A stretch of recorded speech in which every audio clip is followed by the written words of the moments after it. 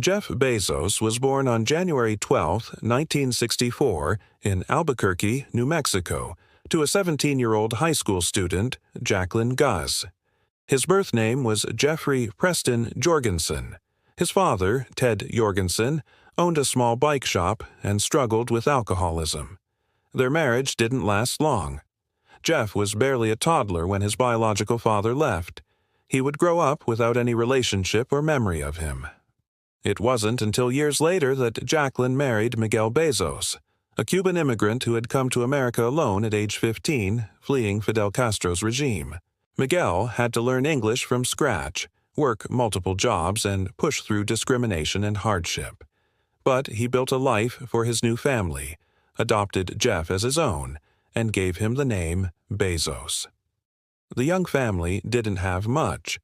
Jacqueline worked secretarial jobs, often bringing Jeff along when childcare wasn't available. But she had a fierce belief in education and in Jeff's potential.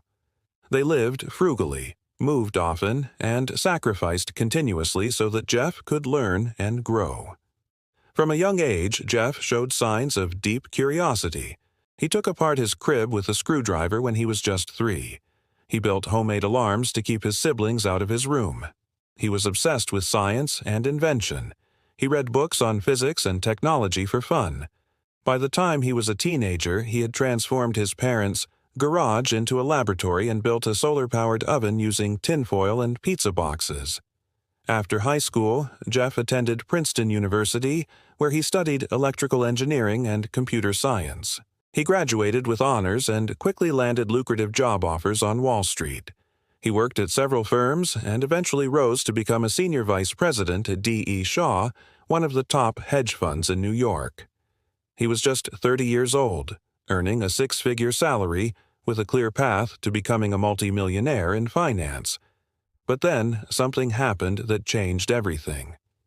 In 1994, Jeff stumbled upon a statistic that internet usage was growing at an astonishing rate, over 2,300% per year. That number stuck in his mind. What could he do with that kind of exponential growth? He began researching business ideas that could ride this wave. After analyzing dozens of product categories, he decided that books were the best starting point. There were millions of book titles in existence, far more than any physical store could stock, and yet they were relatively simple to ship. He pitched the idea of an online bookstore to colleagues, friends, and mentors. The response? Skepticism, confusion, even laughter. "You're going to leave a stable job to sell books on the internet?" one executive asked. "That's insane." But Jeff couldn't ignore the opportunity. He famously said, "I knew that if I failed, I wouldn't regret that. But I knew the one thing I might regret is not trying." And so, he made one of the hardest decisions of his life. He walked away from his high-powered job, his luxurious office, and the comfort of New York's corporate world, and he moved to Seattle to build a company from scratch. He drove cross-country with his wife Mackenzie, writing the Amazon business plan in the passenger seat, surrounded by maps, notebooks, and a laptop. In Seattle, they rented a small house and turned the garage into their first office. It had barely enough space for a desk and a few servers. The garage had no insulation, no heat, and the servers would overheat constantly. In those early days, Bezos did it all. He wrote code, packed boxes, drove shipments to the post office, and answered customer emails personally. He even used doors from Home Depot as makeshift desks to save money, something that later became a quirky part of Amazon's culture. He borrowed money from his parents, over $245,000, almost all of their life savings, to get started. He told them bluntly that there was a 70% chance they'd lose it all. But he worked like a man possessed. The hours were brutal. The stress was immense. There were no guarantees of success, just a vision and an obsession with customer satisfaction. He constantly asked himself, "What's best for the customer?" and built every process around that idea. In 1997, Amazon went public, and Jeff became a millionaire. But the real test was just beginning. When the dot-com bubble burst in the early 2000s, Amazon's stock crashed. It fell from $107 to under $6. Investors lost faith. Analysts said Amazon would never be profitable. Amazon, bomb, they called it. It wasn't just financial. The pressure on Bezos was personal. Hundreds of employees looked to him for leadership as their jobs hung by a thread. Critics called him irresponsible, reckless, even delusional. Some board members pushed to sell the company. But Jeff didn't flinch. He slashed unnecessary costs, shut down risky experiments, and doubled down on the core business. He focused on making Amazon operationally efficient, faster, and better than anyone else. While others panicked, he focused. Bezos never let short-term fear distract from long-term vision. He believed Amazon could become more than just a bookstore. He expanded into electronics, clothing, kitchenware, and nearly everything under the sun. Then came a moment that again changed the world. In 2005, Bezos launched Amazon Prime, a subscription model offering free 2-day shipping. People said it was absurd. Why would anyone pay for shipping in advance? Wouldn't it lose money? It did for years. But Jeff wasn't looking for short-term gains. He was building customer loyalty, and it worked. Today, over 200 million people are Prime members.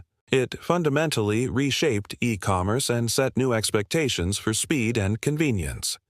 Then came Amazon Web Services, AWS, a move into cloud computing, another idea that made no sense to outsiders. Why would an e-commerce company start selling server space? But Bezos saw the future. He believed that businesses would need scalable, flexible computing power. AWS quietly became the backbone of the Internet, hosting everything from Netflix to NASA. Amid this growth, Bezos's life changed. He became one of the richest people in the world. But behind the scenes, the sacrifices grew deeper. He worked 16-hour days for years. He missed family moments. He dealt with constant scrutiny from the media and regulators. His marriage to Mackenzie ended after 25 years. The divorce was public, painful, and highly scrutinized. Critics painted him as robotic, emotionless, obsessed with efficiency, but they didn't see the weight he carried.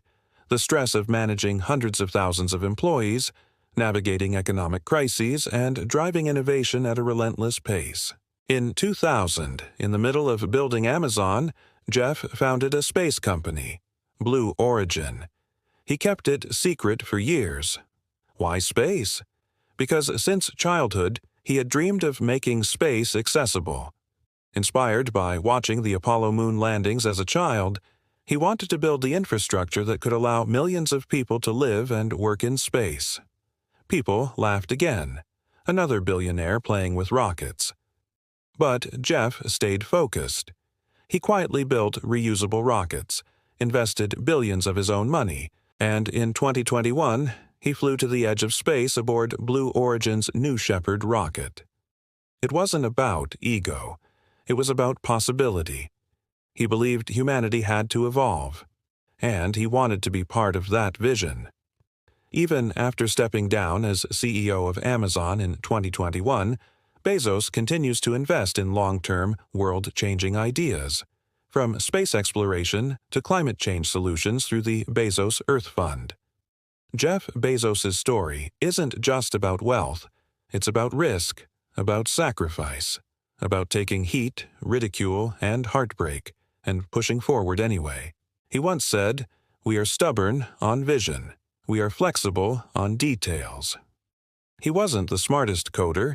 He didn't invent a new technology, but he had vision, discipline, and the ability to endure more pain and criticism than most people ever will. He wasn't born a billionaire. He built it, brick by painful brick, from a fatherless child raised by a teenage mom to the richest man on the planet. Jeff Bezos is proof that vision, obsession, and grit can change everything. And, more than that, he's a reminder that no dream is too big, and no risk too bold, if you're willing to take the first terrifying step.